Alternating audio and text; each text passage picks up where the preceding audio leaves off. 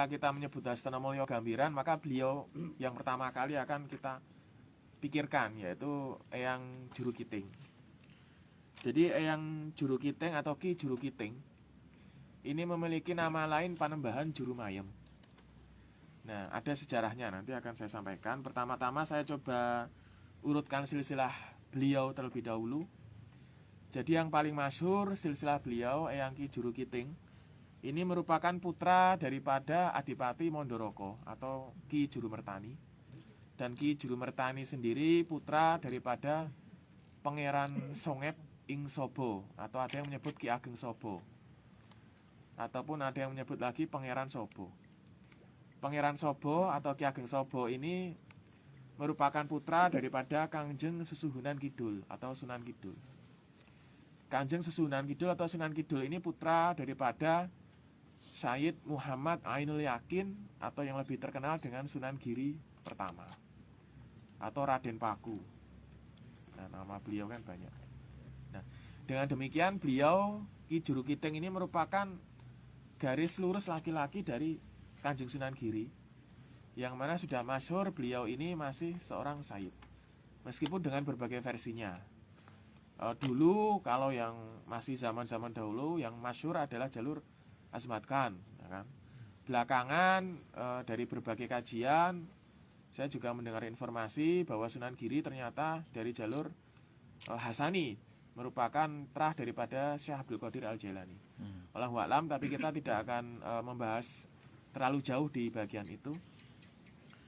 Selanjutnya beliau Eyang Ki Juru Kiting ini semasa hidupnya beliau adalah Wedono Jaksa daripada Keraton Mataram di era pemerintahan Kanjeng Sultan Agung. Dan beliau ini sayangnya, meskipun beliau secara profesi atau secara jabatan adalah seorang Wedono Jaksa, tapi kita juga belum bisa menggali informasi lebih lanjut terkait perkara-perkara apa saja misalkan yang pernah ditangani beliau ataupun menjadi diputus oleh beliau semasa hidup beliau. Sementara yang paling masyhur terkait cerita beliau ini adalah kaitannya ketika beliau menjadi panglima perang ketika ditugaskan oleh Kanjeng Sultan Agung untuk menyatukan wilayah Madura pada tahun 1624 atau 1624 Masehi. Diceritakan pada waktu itu Madura adalah satu wilayah yang dicita-citakan oleh Kanjeng Sultan Agung untuk bisa disatukan di dalam kedaulatan Mataram. Dan memang penyatuan Madura cukup alot dan beberapa kali mengalami kegagalan hingga akhirnya Kanjeng Sultan Agung mengutus beliau Ki Juru Kiting untuk turun ke medan tempur. Beliau pada masa itu dalam Babat Tanah Jawi diceritakan sudah berusia sangat lanjut, sehingga beliau harus dipikul menggunakan tandu. Selanjutnya dalam upaya beliau meningkatkan moral pasukan, dalam Babat Tanah Jawi diceritakan pertama-tama beliau melakukan sawap, jadi mensawapi daripada pasukan Mataram ini dengan nasi-nasi kepal yang beliau kepal sendiri-sendiri. Jadi beliau mengepal-kepal nasi kepal yang beliau buat sendiri ini menurut cerita dibagikan secara merata kepada seluruh prajurit Mataram yang saat itu sedang berperang. Nah, selain itu beliau juga memerintahkan agar pasukan Mataram ini untuk mendongak ke atas dan mendongak ke bawah. Secara harfiah seperti itu di Babat Tanah Jawi. Nah, itu mungkin nanti perlu kajian-kajian lebih mendalam apa maksud daripada dawuh daripada Eyang Juru Kiting pada masa itu. Kalau saya pribadi ya mengartikan setidaknya pasukan Mataram ini diingatkan kepada Ibu Bumi dan Bopo Angkoso. Tapi mungkin nanti dari Kiai Yasir juga bisa menjabarkan lebih lanjut. Dan selain itu beliau juga memutari pasukan Mataram dengan tandu beliau itu sebanyak 3 kali. Atas hal tersebut moral pasukan Mataram meningkat drastis dan akhirnya dengan mudah dapat menyatukan Madura ke dalam kedaulatan Mataram.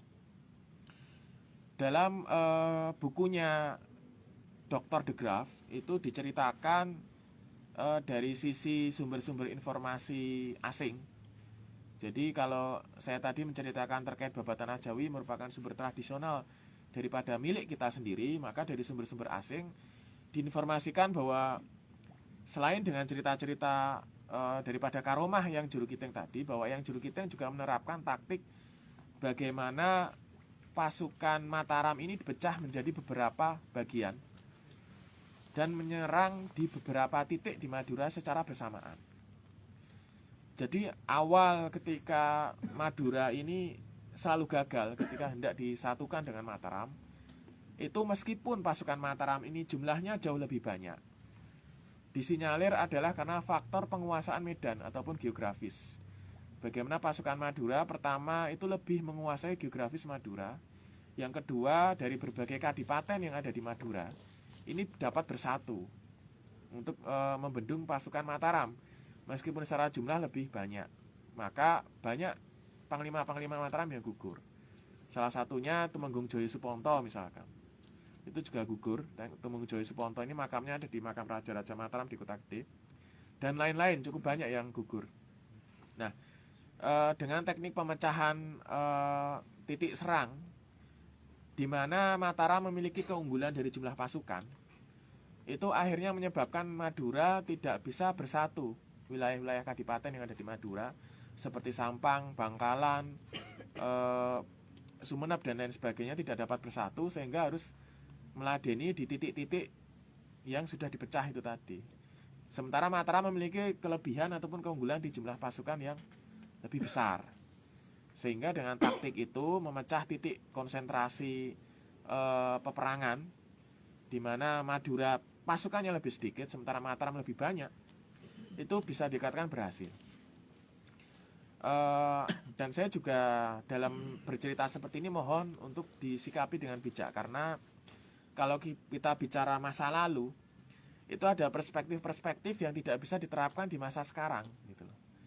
Jadi jangan non sewu, jangan sampai suzon, oh ini kok perang sesama bangsa Nusantara seperti itu. Itu kita nanti akan panjang lagi kalau mengulas seperti itu. Tapi intinya kita jangan melihat perspektif psikologis ataupun perspektif sosiologis pada masa itu diperbandingkan secara apple to apple dengan zaman sekarang, itu tidak akan bisa. Jadi ini saya ceritakan apa adanya, dan silahkan nanti kita kaji secara baik dan bijak. Tentunya nilai-nilai positif banyak yang bisa kita petik daripada beliau, perjuangan Eyang Kiai Juru Kiting. Sedangkan beliau ini juga dalam serat Kekiasan yang Pangerajutan dan juga serat Wirid Hidayat Jati tergambarkan bahwa beliau Eyang Ki Juru Kiting ini merupakan salah satu anggota Dewan Ulama Ma'rifat dari Kanjeng Sultan Agung. Jadi selain Eyang Juru Kiting, ada juga Panembahan Puruboyo, Panembahan Juminah, Pangeran Pekik, Pangeran Kadilangu, Pangeran ing Kudus, Pangeran ing Kajoran atau Panembahan Romo, Pangeran ing Tembayat, dan juga Pangeran ing Wonggo. Wonggo itu Ngawonggo di Klaten, ya. Dan juga ditutup dengan pepundenya, yaitu Syekh Ahmad Kategan.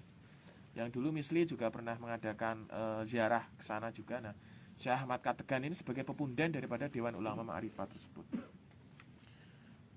Dan tadi mohon maaf tadi ada sedikit terlewat terkait dengan cerita Madura tadi. Jadi atas jasa keberhasilan beliau Eyang Ki Juru Kiting untuk menyatukan Madura ke dalam Mataram, beliau dianugerahi gelar Panembahan. Dengan lengkapnya adalah Panembahan Juru Mayem. Dan putra beliau yang bernama Raden Wirokusumo, itu Raden Wirokusumo atau Raden Rio Wirokusumo itu mendapat teriman adik daripada Kanjeng Sultan Agung sendiri, bernama Raden Ajeng Tumpe atau Raden Ajeng Tumpe, yang nanti bergelar Raden Ayu Wirokusumo. Dan juga Raden Wirokusumo, putra dari Panembahan Juru Mayem tadi atau Kiai Juru Kiting, mendapat Siti Lungguh atau tanah hadiah di Imogiri. Dan nanti gelar Wirokusumo ini akan ditunggak semikan cukup banyak nanti. Ada sampai KRT Wirokusumo 1, 5, 2, 3, 4 sampai kalau nggak salah ada 5 KRT Wirokusumo. Daripada itu pertama kali gelar dari Raden Wirokusumo, putra dari Eyang Panembahan Juru Kiting yang dulu juga ikut berjasa membantu ayahandanya menyatukan Madura. Selanjutnya kembali lagi terkait dengan istri, kembali ke keluarga beliau. Istri daripada Eyang Kyai Juru Kiting ini yang tercatat dalam literatur, Allahu a'lam kalau yang tidak tercatat ya, itu dikenali dengan nama Raden Ayu Panembahan Jurumayem. Sayangnya nama aslinya kita belum mendapatkan. Raden Ayu Panembahan Jurumayem ini adalah putri daripada Panembahan Juminah. Panembahan Juminah adalah putra daripada Kangjeng Panembahan Senopati Engalogo. Seperti itu. Sedangkan putra putri Eyang Panembahan Jurumayem itu pertama adalah Raden Rio Wirokusumo, yang tadi saya sebutkan juga mendapat ganjaran ataupun hadiah karena jasanya membantu ayahandanya menyatukan Madura ke dalam wilayah Mataram. Yang kedua adalah Kiai Reso Kusumo. Yang ketiga adalah Kiai Tumenggung Surontani. Kiai Tumenggung Surontani ini secara cerita tutur itu nanti berjasa membawa penggalan kepala Jepikun dari Batavia ke tangga makam Imogiri. Ini secara cerita tutur ya, dari ahli waris keluarga beliau Tumenggung Surontani. Selanjutnya ada juga Raden Ayu Juru Wiroprojo. Raden Ayu Juru Wiroprojo ini suami dari Panembahan Wiroprojo. Panembahan Wiroprojo ini adalah jaksa agung atau Wedono Jogso yang nanti digantikan oleh Yang Kyai Juru Kiting. Panembahan Wiroprojo ini putra dari Panembahan Juru Wiroprobo, putra dari Kiai Juru Wiroprobo. Nah, Kiai Juru Wiroprobo ini adalah putra dari Kiai Juru Mertani atau Adipati Mondoroko. Jadi memang kebiasaan nikah dengan sesama kerabat dekat pada masa itu bukan hal yang tabu. Seperti itu. Selanjutnya putra putri beliau lagi saya lanjutkan, ada Nyai Tumenggung Wargopati. Nyai Tumenggung Wargopati ini kalau suaminya itu Tumenggung Wargopati itu makamnya ada di Kota Baru. Di Kota Baru di sana ada makam beliau di Pesarean Widoro Manis. Seperti itu. Selanjutnya ada yang terakhir adalah Pangeran Panjang Mas. Nah, Pangeran Panjang Mas ini pujangga Keraton Mataram, bukan dalang. Pangeran Panjang Mas ini kalau dalam babat Panjang Mas itu diceritakan Sedo Mi'rot atau Mukso, jadi tidak ada pesareane. Nah, Pangeran Panjang Mas ini nanti punya putri bernama Nyai Mulyo Lebdojiwo. Nyai Mulyo Lebdojiwo ini mengapa mendapat julukan Mulyo Lebdojiwo? Karena diperistri oleh Kiai Mulyo Lebdojiwo. Kiai Mulyo Lebdojiwo ini dalang di masa Kanjeng Sultan Agung.